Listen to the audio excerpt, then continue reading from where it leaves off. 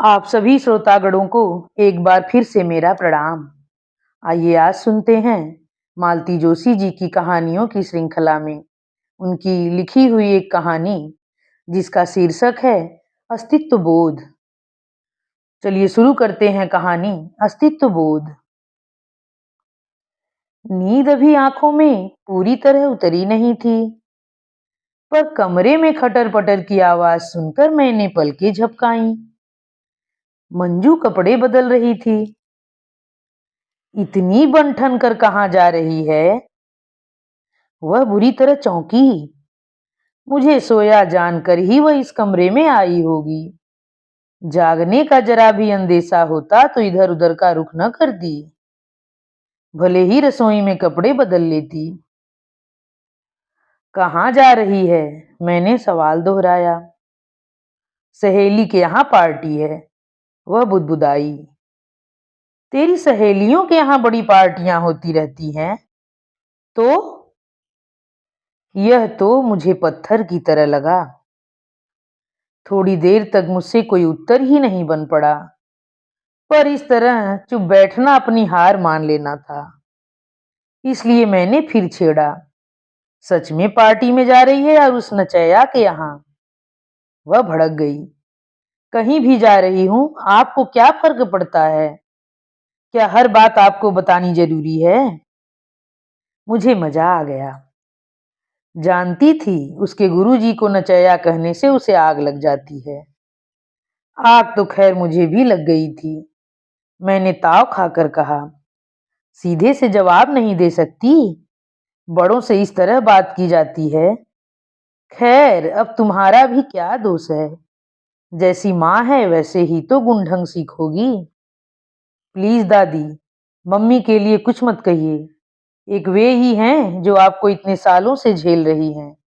और कोई होता तो और कोई होता तो क्या करता? कुएं में फेंक देता या नदी में बहा आता? जरा सुनूं तो। आवाज मेरी काफी ऊंची हो गई होगी, क्योंकि बहू दरवाजे में आकर खड़ी हो गई थी। तुम थोड़ी देर को चुप नहीं रह सकती? उसने फुसफुसाकर मंजू को डांटा तो उसने मेरी तरफ इशारा कर दिया। बहू बोली, उन्होंने तो कसम ले रखी है, पर तुम तो सब्र कर सकती हो। बुरा सा मुंह बनाकर मंजू कमरे से चली गई, उसके पीछे पीछे बहू भी। मुझे आश्चर्य हुआ। लड़की का तो ठीक है, बहू ने कैसे सब्र कर लिया? ये रामायण इतनी जल्दी कैसे सिमट गई? जरूर बाहर कोई आया होगा, तभी न रसोई से पकौड़े तलने की सुगंध आ रही है। मेरा तो अब ध्यान गया था। कुछ देर तक मैं दम साधे पड़ी रही। बड़ी देर बाद अंजू एक कप चाय रख गई, कोरी चाय। मुझे तो जैसे आग लग गई। ए छोकरी, सुन जरा। बेमन से वह रुकी तो, पर दरवाजे में ही खड़ी रह गई, मेरी ओर देखा तक नहीं। बाहर कौन आया है? मम्मी की सहेली। उसे भी क्या सूखी चाय पिलाई थी? वह पैर पटकते हुए गई और चार पकौड़े प्लेट में डालकर मेरे सामने यूं पटक गई जैसे भीख दे रही है। गुस्से से सुलग उठी मैं। प्लेट उठाकर मैंने दूर फेंक दी। झन्न की आवाज के साथ प्लेट के टुकड़े चारों ओर बिखर गए, उसके साथ पकौड़े भी। ये क्या हो रहा है दादी? वह चीखी। 5 मिनट आप शांति से नहीं बैठ सकती? हर बात का बतंगड़ बनाना क्या जरूरी है?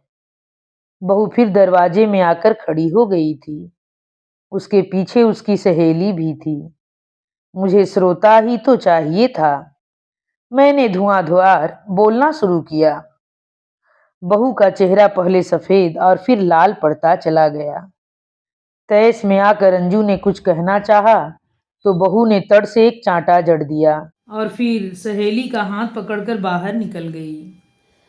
सुबकते हुए अंजू फर्श पर पड़े प्लेट के टुकड़े बटोरने लगी।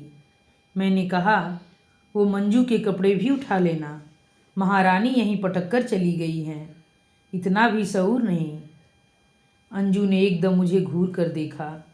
उसकी आंखें अंगारे सी दहक रही थीं। बोली, क्या अब भी आपके कलेजे में ठंडक नहीं पड़ी है? मौसी के सामने मम्मी की बेइज्जती तो हो ही गई ना। क्या आज के लिए इतना काफ़ी नहीं है? उसके एक एक शब्द से नफरत टपक रही थी। यह अच्छी रही। चांटा मारा इसकी अम्मा ने और गुस्सा मुझ पर उतार रही है। यही बात मैं उसके मुंह पर भी कह मारती, पर सोचा रहने दो, आज के लिए इतना ही काफ़ी है। मैं अक्सर हैरान रह जाती हूँ।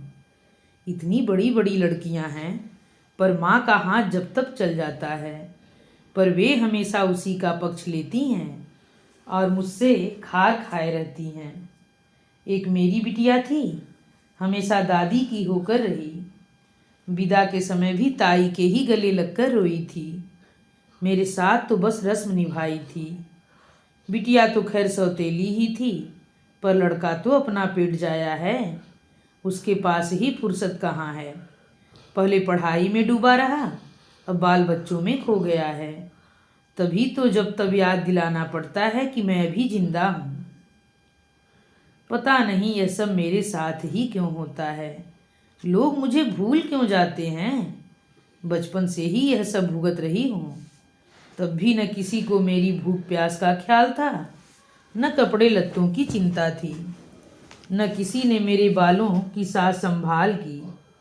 मैं जैसे जंगल का पेड़ थी, जो आधी पानी धूप जाड़ा सब कुछ सहते हुए अपने आप बढ़ता रहता है।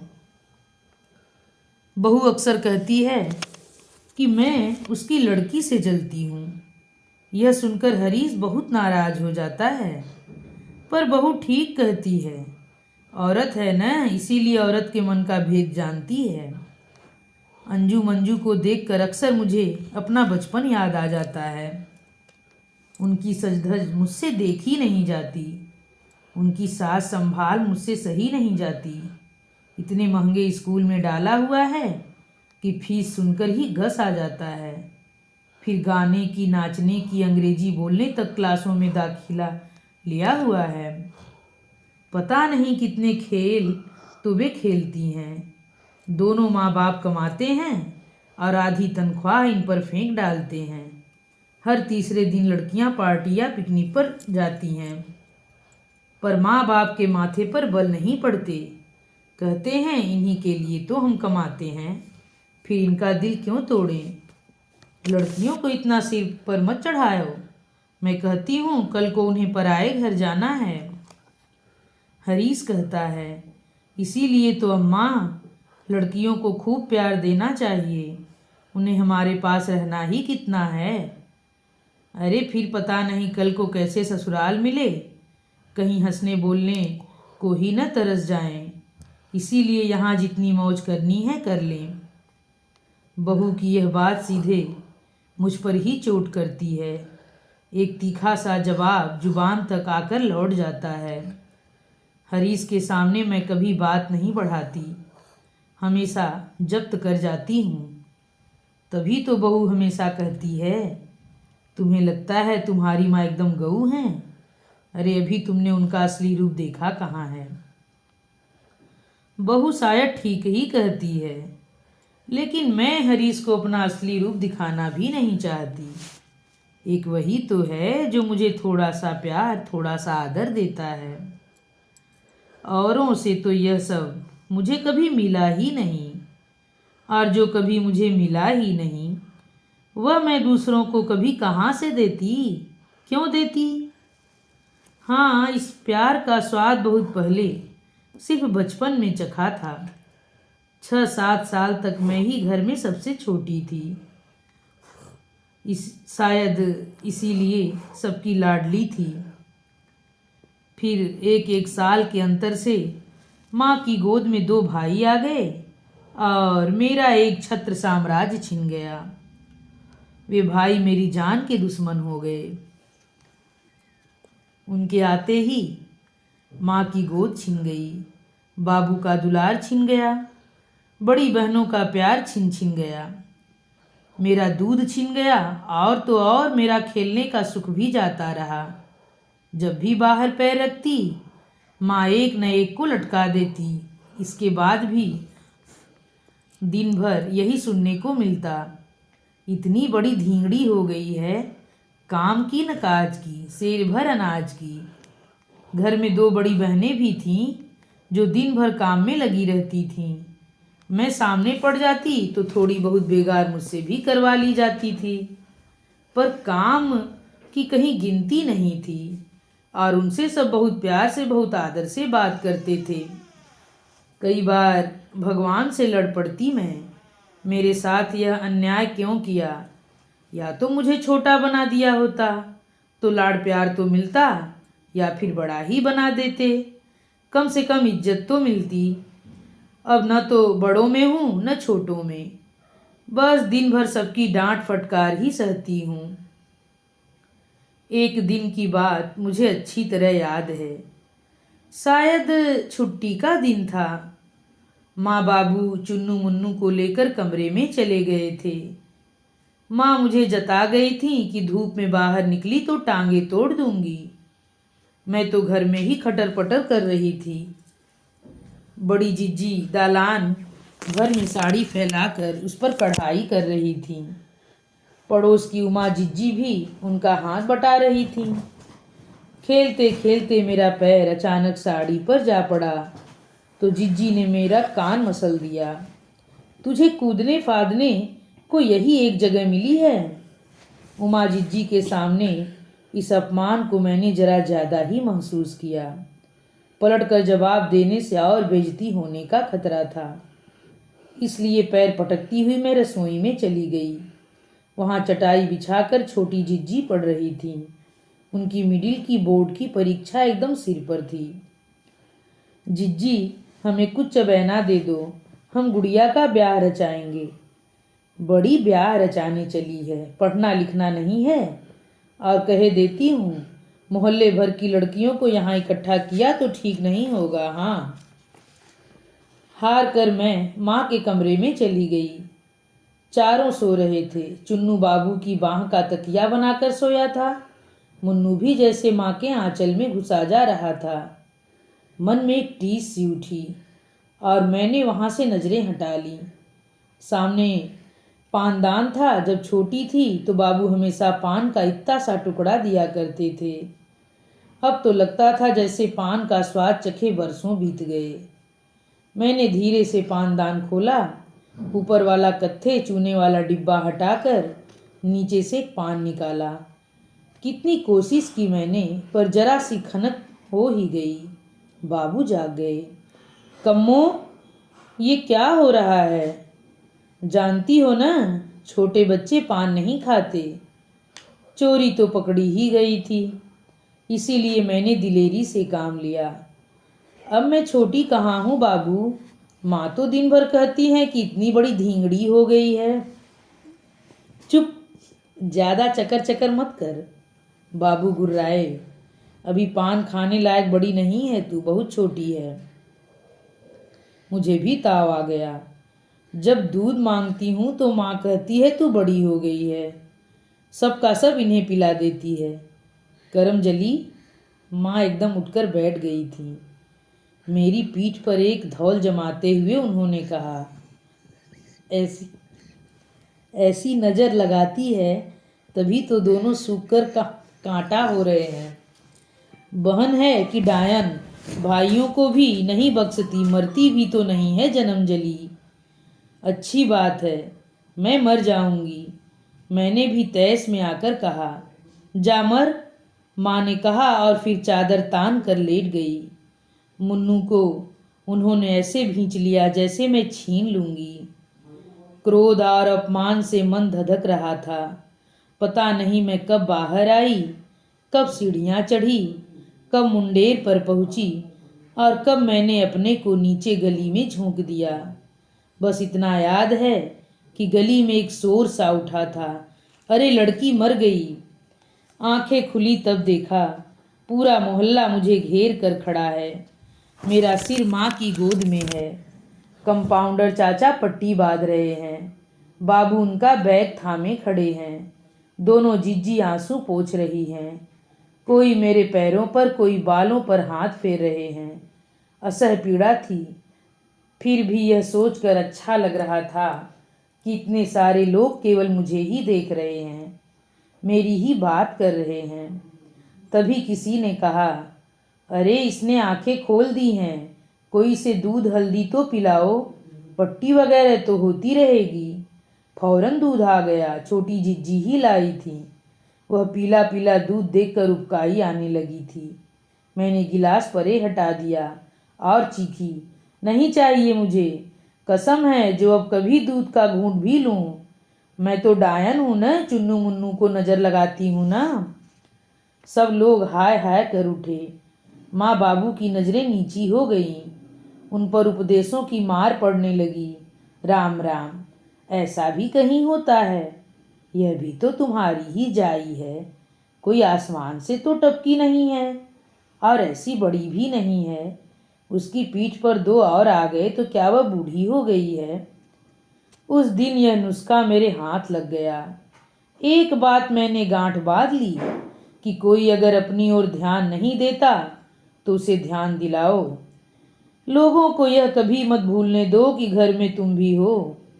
इसके लिए मेरा छोटा सा दिमाग क्या क्या तरकीबें भिड़ाता। कभी मैं मेज पर स्याही उलट देती, कभी ब्लेड से अपनी उंगली छील डालती, कभी जिज्जी का बनाया बर्तनों का कुतुब मीनार ढहा देती। बदले में मुझे गालियां मिलती, एक आध चपत भी पड़ जाती, पर कोई मुझे भूल नहीं पाता। माँ तो दिन रात सांसत में रहती कि पता नहीं कब क्या कर बैठूं। बचपन में घर से बाहर भी एक दुनिया होती है, स्कूल की दुनिया। वहाँ मेरा खूब मन लगता था, पर वहाँ भी मैं किसी गिनती में नहीं थी। न मैं पढ़ने में होशियार थी, न खेलने में। न मुझे गाना आता, न बोलना। न मैं सुंदर थी, न मेरे बाबू बड़े आदमी थे। कभी कभी अपने ऊपर ही दया हो आती थी मुझे। भगवान ने मुझे ऐसा क्यों बनाया होगा? सबसे ज्यादा दुख तो वार्षिकोत्सव पर होता था। इतने कार्यक्रम होते थे, इतनी प्रतियोगिताएं होती थीं, पर मेरा कहीं नंबर नहीं आता था।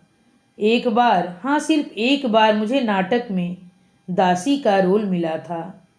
नाटक के लिए शर्त यह थी कि ड्रेस अपने घर से लानी होगी, और वही सबसे बड़ी समस्या थी। माँ के पास साड़ियों का वैसे ही अकाल था। भारी साड़ियाँ तो बस गिनती की ही थीं। अदल बदल कर माँ उन्हें ही शादी ब्याह में पहनती थी। उन साड़ियों के लिए तो वे साफ मना कर गईं। जब मैंने बहुत जिद पकड़ ली तो उन्होंने मुझे झिड़क दिया, तू कोई महारानी बनी है जो बनारसी साड़ी पहनेगी? नौकरानी ही तो बनी है, कुछ भी पहन लेना। मेरे तो आंसू निकल आए। ताव में आकर मैंने अपना नाम कटवा लिया। मुझे लगा था बहन जी मनाएंगी, पर जरूरत ही क्या थी, 10 और लड़कियां तैयार हो गईं। तब क्या मालूम था कि नाटक में काम करने का अपना एक रौब होता है। स्कूल लेट आ रहे हैं, घर देर से पहुंच रहे हैं, पाठ याद नहीं है, होमवर्क अधूरा है, पर कोई कुछ कहने वाला नहीं। कार्यक्रम वाले दिन सजे हुए स्टेज पर जब उन लोगों को देखा तो मैं ठगी सी रह गई। बिजली के प्रकाश में वे सब कितनी सुंदर लग रही थीं। विश्वास ही नहीं हो रहा था कि ये सब रोज मेरे अगल बगल बैठती हैं। हर कोई उन्हें देख रहा था, फुसफुसा रहा था, ये पुष्पा है, ये सुमन है, ये मालिनी है, ये कोने में तारा खड़ी है। ईर्ष्या से जल उठी मैं। आज मैं भी स्टेज पर होती तो सब मुझे ही देखते। माँ भी सबको बताती, वह जो हरी साड़ी वाली है ना, वो मेरी कम्मो है। पर ऐसा तो होना ही नहीं था ना। माँ को मुझसे ज़्यादा अपनी साड़ी प्यारी थी। बहन जी भी ने तो एक बार भी नहीं पूछा कि मैं नाटक क्यों नहीं कर रही हूँ। गुस्से से दुख से तिलमिला उठी मैं। ब्लाउज में लगी आलपिन निकाल कर मैंने एड़ी में जोर से चुभा दी। उई माँ, दर्द से बिलबिला उठी मैं। लोगों का ध्यान स्टेज से हट गया था और क्या हुआ का एक शोर सा पंडाल में भर गया था। कई लोग मेरे आसपास आ खड़े हो गए थे। फिर मेरी मरहम पट्टी की गई। मेहमानों में से किसी एक की गाड़ी में मुझे घर पहुंचाया गया। मजबूरन माँ को भी मेरे साथ जाना पड़ा। सांप या बिच्छू के डर से काफ़ी भगदड़ मच गई थी। बड़ी मुश्किल से लोगों को जगह पर फिर से बिठाया गया। तब तक राजकुमारी और उसकी दासियां स्टेज पर चुपचाप खड़ी थीं। उन्हें सारे संवाद भूल गए थे। बाद में पर्दा गिरा दिया गया। बहन जी की महीने भर की मेहनत पर पानी फिर गया था। कुल जमा 10वीं तक ही पढ़ पाई थी मैं। स्कूल का बस यही एक किस्सा याद है। 10वीं तक पहुँचते पहुँचते मेरा स्वभाव बहुत बदल गया था। बचपन की शरारतें अब बड़ी फूहड़ लगती थीं। बहुत भावुक हो गई थी मैं। जरा जरा सी बात पर ताव खाने वाली मैं अब बात बात पर रो देती। दोनों जिज्जी लोगों की शादी के बाद मुझ पर काम का बोझ बढ़ गया था। माँ की हालत गिरी गिरी सी ही रहती। कर्ज के बोझ से बाबू भी चिड़चिड़े हो गए थे। कई बार उस माहौल में ऐसा दम घुटने लगता था कि भाग जाने की इच्छा हो जाती। जिज्जी लोग समझाती, कम्मो 2-4 साल की ही तो बात है, किसी तरह काट ले, फिर तो तेरा अपना घर होगा, तू वहाँ की रानी होगी। उन लोगों की बातों से बड़ी राहत मिलती है। दोनों सचमुच अपने अपने घर में राज कर रही थीं। बड़ी जिज्जी गांव में थी पर बहुत मज़े में थी। घर में 4 भैंसें थीं, बोरियों से अनाज आता था, लंबा चौड़ा मकान था, 8-10 तोला सोना हमेशा शरीर पर पहने रहती थीं। छोटे जीजा क्लर्क ही थे पर एकदम हीरो लगते। शहर में छोटा सा क्वार्टर था, दोनों ठाठ से रहते थे। खूब घूमते, सिनेमा देखते, होटल जाते। जिज्जी के पास नए नए फैशन के कपड़े होते, तरह तरह की बिंदिया, क्लिप और परांदे होते। मैं किसी ऐसे ही घर का सपना देखते हुए दिन काट रही थी। घर तो मुझे अच्छा ही मिला था पर वर दुहाजू था। पर इसका मैंने बुरा नहीं माना। ऐसा था तभी तो उन लोगों ने सामान्य घर की सामान्य रंग रूप वाली लड़की स्वीकार कर ली थी। देने के लिए तो बाबू के पास कुछ भी नहीं था। दोनों जिज्जी लोगों की शादी में वे बिल्कुल दिवालिया हो गए थे। इसलिए मेरे लिए तो यह रिश्ता ही नियामत था। जहाँ तक घर का प्रश्न था, मैं अपनी दोनों बहनों से ज़्यादा भाग्यवान निकली थी। इस वैभव की तो मैंने सपने में भी कल्पना नहीं की थी। परिवार पर लक्ष्मी की कृपा थी। आजीवन अभावों से जूझने वाला मेरा मन एक बारगी कृतकृत हो उठा था। पर एक उम्र होती है जब इंसान केवल पहनने ओढ़ने, खाने पीने से तृप्त नहीं होता। वह इससे परे भी कुछ चाहता है। किस्से कहानियाँ पढ़कर, सहेलियों की रस भरी बातें सुनकर मैंने भी एक सपना देखा था, पर वह सपना ही होकर रह गया था। पतिदेव बेहद घुन्ने थे और शायद इसीलिए सुबह से शाम तक दुकान पर ही बैठे रहते थे। घर में और भी 3 जोड़े थे। बड़े जेठ की बिटिया तो ब्याहने लायक थी, पर उन लोगों की प्रीत प्यार में, छेड़छाड़ में कोई कमी नहीं आई थी। उन सबकी आपस में चुहलबाजी भी होती, नोक झोंक भी होती और कई बार तो अनबोला भी हो जाता। पर मेरे हिस्से में यह कुछ भी नहीं आता था। मैं उन लोगों को देखती थी और देखकर कुढ़ती थी। घर में करने को कुछ होता तो शायद मन इतना बेचैन न होता। सब कामों के लिए नौकर थे। केवल रसोई भर घर की औरतें संभालती थीं, पर उसमें भी मेरा दिल न लगता। सुबह 9 बजे खाना तैयार हो जाता था, जिसे हम दोनों 2 बजे खाते थे।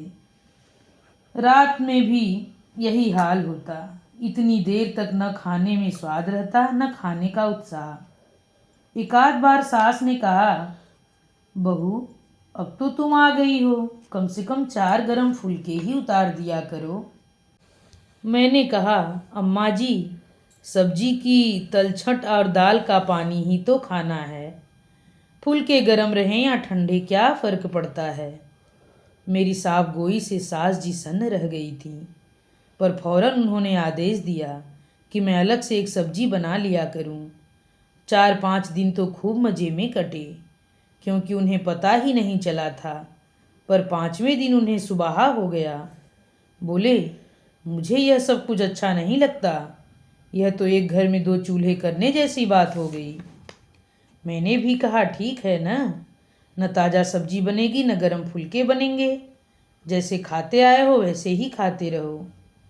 थोड़ी सी बुनाई आती थी, पर छोटी देवरानी के हाथों की सफाई देखी तो बुनने की हिम्मत ही नहीं हुई। कमरे में बैठे बैठे 2-4 क्लॉथ काट लिए, एक चादर भी बनाई, पर फिर उत्साह जाता रहा। कमरा सजाऊं भी तो किसके लिए? रात को 11 बजे से पहले तो कोई इसमें पैर ही नहीं देता। पहली की एक बिटिया थी, बहुत चाहा कि उसे अपने आंचल में ले लूं, पर उसने कभी मुझे स्वीकार नहीं किया। हमेशा अपनी दादी से चिपटी रहती, कंघा चोटी चाची से करवाती, भूख लगती तो ताई जी के पास पहुंच जाती। घर में इतनी औरतें थीं कि वह आराम से पल गई। माँ की कमी कभी उसे महसूस ही नहीं हुई। सब ओर से निराश होकर मैं बस कमरे में लेटी छत की कड़ियाँ गिनती रहती। उस दिन शायद इतवार था, दोपहर की चाय चल रही थी। बड़े जेठ जिठानी बड़े वाले कमरे में थे।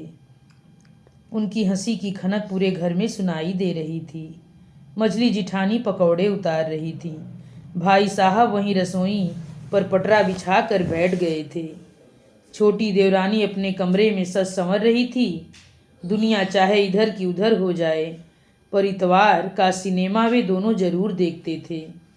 बच्चों को थोड़ी आज़ादी देने के विचार से अम्मा जी आंगन में नीम के तले खाट बिछाकर माला जप रही थीं।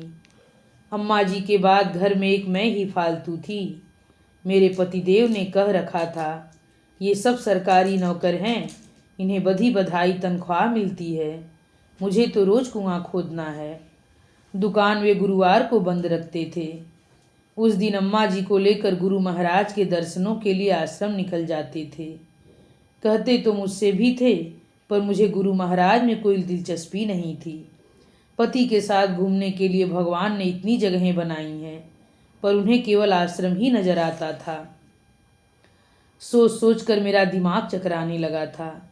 नहाकर थोड़ा तरोताज़ा हो लेना चाहा। गुसल खाने में मुश्किल से आधी बाल्टी पानी था। किसी से कहती तो फौरन आ जाता, पर मैं खुद ही 2 बाल्टियां लेकर बगीचे की ओर निकल गई। कुएं में एक डोल बंधा हुआ ही था। जैसे ही मैंने उसे भीतर छोड़ा, रस्सी सरकती ही चली गई। उसे पकड़ने के प्रयास में आधी झुक आई थी। तभी कुएं में जोर से छपाक की आवाज़ हुई और अम्मा जी चिल्लाईं, क्या हुआ? उनकी आवाज़ पर महरी दौड़ी दौड़ी आई। उसने मुझे सीधा खड़ा किया। क्या हुआ बहू जी, चक्कर तो नहीं आ गए थे? अम्मा जी का तो जैसे खून सूख गया था। देवी, तू किसी दिन हमारे मुंह पर कालिक पुतवाएगी। तब तक सारा घर वहां पर इकट्ठा हो गया था। भाई साहब ने उस दिन कड़े शब्दों में ताकीद की थी, उससे कहो कुएं से दूर रहा करे, उसे नल की आदत है, किसी दिन अनर्थ हो जाएगा। उस दिन मुझे अपना बचपन याद आ गया। लगा कि अपने पास तो यह रामबाण उपाय है, अब तक आजमाया नहीं, यही गलती की। तब से मुझे रोज रात को कुछ न कुछ होने लगा। कभी उधर सूल उठता, कभी सिर दर्द से फटा जाता था, कभी खांसी का दौर पड़ जाता। हर बार यह नाटक ही हो ऐसी बात भी नहीं थी। दिन रात सोचते सोचते मन और शरीर दोनों बीमार हो चले थे। पतिदेव कैसे भी थे, सेवा खूब करते थे। आधी रात को उठकर मेरे लिए हींग अजवाइन ढूंढते, पानी गर्म करते, अदरक की चाय बनाते। ये रसोई का दरवाज़ा बंद कर लेते, फिर भी स्टोव की फर फर बाहर सुनाई दे जाती। उन दिनों गैस तो थी नहीं। सास दालान में दम साधे पड़ी रहती, पर एक दिन उनसे नहीं रहा गया। बोली, क्या बात है विजय, बहू जी ठीक नहीं है क्या? ये एकदम फट पड़े। पता नहीं कैसी रोग की पुड़िया मेरे गले बांध दी है तुमने। मजाल है जो एक दिन भी चैन की नींद सोया हूँ। सुनकर मुझे तो जैसे आग लग गई। इनके कमरे में आते ही मैंने इन्हें धर लिया। रोगी मैं हूँ कि तुम? जरा अपने दिल पर हाथ रख कर बताना। चैन की नींद ही सोना चाहते थे तो शादी क्यों की थी? गुरु महाराज के चरणों में पड़े रहते। शर्म से उनका चेहरा काला पड़ गया। सास ने ही मेरी व्यथा को समझा था। दुकान पर किसी तीसरे को बिठाकर हमें जबरदस्ती बाहर भेजा था। समझ गई थी कि जब तक वातावरण नहीं बदलेगा, पिछली यादों से मुक्त नहीं हो पाएगा। उनके मन को तो मैं कभी बांध नहीं पाई, पर कालांतर में हरीश मेरी गोद में आ गया और मेरा जीवन सार्थक हो गया। वही मेरी आशाओं का केंद्र था, जीने का आधार। वही एक मेरा अपना था, इसीलिए मैं अपना सारा प्यार भी उस पर लुटाती थी और दुनिया भर का गुस्सा भी उसी पर उतरता था। बेचारा लड़का सब कुछ चुपचाप सह लेता। बहुत छोटी उम्र से जान गया था कि इतने बड़े परिवार में अम्मा एकदम अकेली हैं। असुरक्षा की भावना मुझ में ऐसा घर कर गई थी कि मुझसे कोई काम ढंग से नहीं होता था। मेरी सास तो पीठ पीछे मुझे सनीचरी ही कहती थी। वैसे उन्हें अपनी बहुओं पर बड़ा नाज था। उन्होंने उनके बड़े सुंदर नाम रखे थे। बड़ी को वे भाग्यवती कहती, वे पूरे घर की धुरी थी। 8 दिन को कहीं चली जाती तो सारे घर की व्यवस्था उलट पुलट हो जाती। न कोई चीज़ जगह पर मिलती, न किसी को समय पर खाना मिलता। मझली सचमुच गुणवंती थी। कोई काम ऐसा नहीं था जो उन्हें न आता हो। 20 तरह के अचार मुरब्बे वे डालती थीं। पकवान सारे वे बनाती थीं। उनकी सी बारीक सिवैयाँ कोई नहीं बना पाता था। बर्तनों पर कलई वे कर लेती थीं। मेहंदी की बेल वे काटती, अल्पना वे मारती, भजन तो ऐसा गाती कि सुनने वालों की आंखें छलक जाती। मुझसे पहले वाली शायद धनवंती थी, सबसे छोटी थी लाजवंती, घर भर की लाडली। बड़े बाप की बेटी थी, पति अफसर थे, इसीलिए सब उसे पलकों पर रखते थे। मुझसे 2 साल बड़ी थी। स्कूल जाने वाले 2 बच्चे भी थे, पर लगता था जैसे कल ही ब्याह कर आई हूँ। यूं तो मुझे तीनों से ही जलन होती थी, पर छोटी को तो मैं जरा भी सहन नहीं कर पाती थी। अगर सब लोग उसके बच्चों से अंग्रेजी कविता सुनते होते तो मैं दाल में ऐसा तड़का लगाती कि सबका खांसते खांसते बुरा हाल हो जाता। अगर उसके पीहर की सौगातों का प्रदर्शन हो रहा होता तो उबलती चाय की पतीली मेरे हाथ से छूट जाती। अम्मा जी उसके बनाए स्वेटर को सराहती तो मेरा स्टोव भभक उठता। हाथ जलना या कटना तो आम बात थी। लोग बेमन से ही सही मरहम पट्टी करने दौड़ पड़ते और मुझे बड़ा सुकून मिलता। घर में कोई और भी था जिसे मैं फूटी आँखों नहीं देख सकती थी। वह थी बासंती, बड़े जेठ की बिटिया। उम्र के अनुपात से वह मेरी सखी हो सकती थी, पर पहले ही दिन चाची कहकर उसने सब गुड़ गोबर कर दिया। उसकी हर बात से मुझे ईर्ष्या होती। उसके कपड़े, उसकी साज सज्जा, उसकी सहेलियाँ, उसकी पढ़ाई, उसका लाड़ प्यार, हर चीज़ मुझे खटकती थी। उसने जब भी दोस्ती का हाथ बढ़ाया मैंने निर्ममता से झटक दिया। उस दिन उसे कुछ लोग देखने आए थे। उस दिन तो मैं जलकर राख हो गई थी। सबके साथ मैंने भी पर्दे की ओट से लड़के को देखा था और मुंह से एक उसास निकल आई थी। फिर तो चाय का नया सेट अलमारी से निकालते हुए मेरे हाथ कांपने ही थे। एक कप भी साबुत नहीं बचा था। बासंती की माँ तो सिर पकड़कर बैठ गई थी। उन्हें लगा कि बहुत बड़ा अपशकुन हो गया है वह। उससे कोई फर्क नहीं पड़ा। रोज वाले प्यालों में चाय पीने के बाद भी वह सपनों का राजकुमार इस घर का दामाद बन ही गया। बासंती की शादी में मुझे पूरे समय बुखार ही चढ़ा रहा। मैं पूरे समय अपने कमरे में पड़ी कराहती रही। श्रीमान जी मेरे सिरहाने बैठकर माथे की पट्टियां बदलते रहे। यह काम वे बड़े मन से या प्रेम से कर रहे हैं, ऐसी गलतफहमी न मुझे थी न घर वालों को। बल्कि अम्मा जी ने तो उन्हें खास तौर पर जता दिया था कि बेटा उसके पास ही बनने रहना, पता नहीं कब क्या बाउंडर खड़ा कर दे। उन्हें इस तरह अपने परिवार से काट कर मुझे अपार सुख मिलता था। हरीश को तो मैंने कभी परिवार से जोड़ने ही नहीं दिया। हरीश की याद आते ही मैं फिर से चेतन हो आई थी। आंखें मिचमिचा कर देखा, बाहर अंधेरा घिर आया था, पर मेरे कमरे की बत्ती जलाने की किसी को याद नहीं आई थी। बाहर के कमरे से सबकी मिली जुली आवाज़ें आ रही थीं।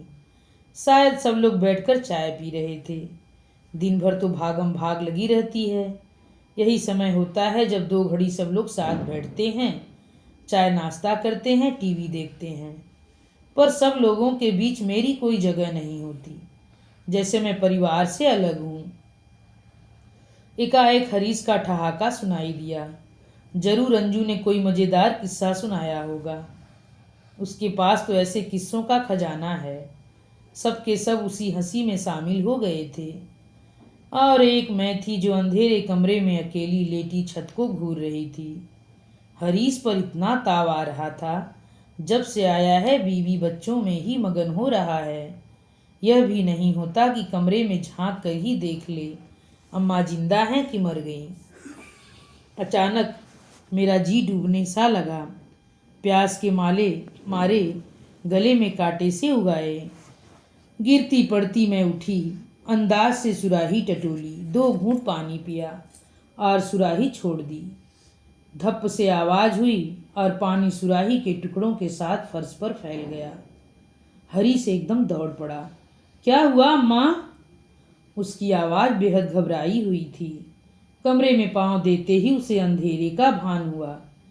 तुम लोगों को यहाँ की बत्ती जलाने की भी फुर्सत नहीं हुई क्यों? वह गुर्राया। हमें लगा दादी सो रही हैं, लड़कियां मिनमिनाईं। बत्ती जलाकर तब तक वह मेरे पास पहुंच चुका था। मैं वहीं घुटनों में सिर डाले बैठी थी। अम्मा, तुम ठीक तो हो ना? कहीं चोट तो नहीं आई? ना रे, चोट वोट नहीं आई, पर सुराही फूट गई। सुराही को जाने दो, नहीं आ जाएगी, उसने मुझे सहारा देते हुए कहा। फिर मुझे हौले से बिस्तर पर लिटाते हुए बोला, तुमसे कितनी बार कहा है अम्मा, कोई भी काम हो तो आवाज़ दे लिया करो। आखिर हम सब किस लिए हैं? आवाज़ दी तो थी बेटा, मैंने बेहद पतली आवाज़ में कहा।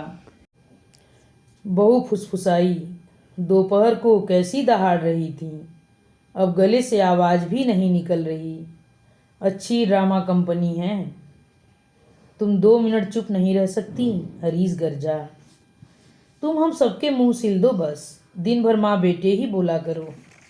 बस, दोनों की चकचक शुरू हो गई। मैंने देखा है, जब भी दोनों का झगड़ा होता है, दोनों बेटियां माँ के अगल बगल खड़ी हो जाती हैं। लड़का बेचारा सहम जाता है। थोड़ी देर तक गर्जन तर्जन चलता रहा। फिर हरीश दुखी होकर बोला, अब कितनी सी जिंदगी बची है उसकी। ये 4 दिन वह सुख से काट लेगी तो तुम्हारा क्या घट जाएगा। अरे जाते समय आशीर्वाद ही देकर जाएगी वह। बहू ने सुनकर मुंह बिचका दिया। शाम को घर में एक मनहूस सन्नाटा सा छाया हुआ था। हरीश शायद बाहर निकल गया था। अब 10 बजे से पहले तो घर क्या लौटेगा। बहू बड़बड़ा रही थी, माँ है कि डायन। 2 घड़ी उन्हें घर में चैन से नहीं बैठने देती। पता नहीं कितनी उम्र लेकर आई हैं। लगता है सबको खाकर ही विदा होंगी। इस बकझक की भी मुझे अब आदत सी हो गई है। बुरा भी नहीं लगता, डायन कह लो या कुछ। एक बात पक्की है, जब तक हूँ तब तक तुम लोग मुझे नज़रअंदाज नहीं कर सकते। और इस रोचक और मज़ेदार कहानी का यहीं पर अंत होता है। आप सभी श्रोतागणों से मेरा विनम्र अनुरोध है कि अगर आप लोगों को यह कहानी पसंद आए तो कृपया मेरे चैनल को सब्सक्राइब, वीडियो को लाइक और कमेंट करके अपनी राय ज़रूर दीजिए। धन्यवाद।